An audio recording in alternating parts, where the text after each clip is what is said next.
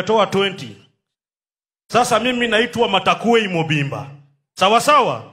Mimi ni MCA kutoka Korokocho Ward. Ni venye wabunge wameenda, nilikuwa nataka niambie wabunge wawachie Gachagua ma MCAs.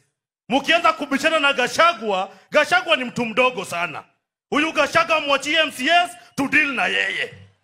Kila saa mkisema Gachagua mnafanya na mea kiburi. Sawa sawa?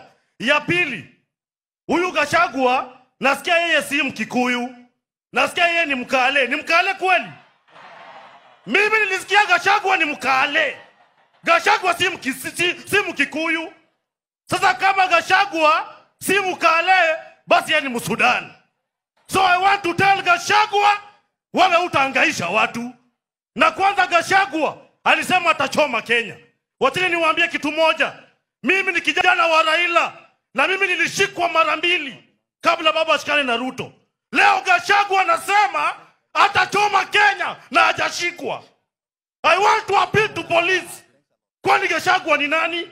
Gachagua ni raia kama watu wengine.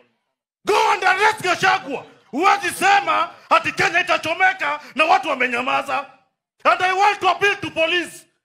Don't sabotage William Ruto.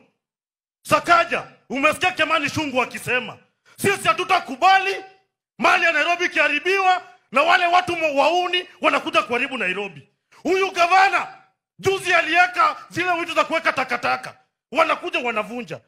Sisi hatukatai kijana aliuliwa. Lakini huyo Ojwang aliuliwa ndio gari ya mtu ichomwe.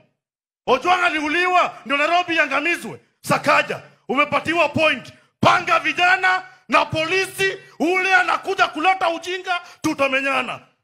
Wakale, ya mwisho, Wakale, mnanisikia vizuri? Mimi nakuambia kama Raila angekuwa rais, alafu watu wanaleta nyenyenye, ni makofi. Hizi mnaleta mchezo. Huyu kijana ni wenyu. If you cannot protect William Ruto, shauri yenu.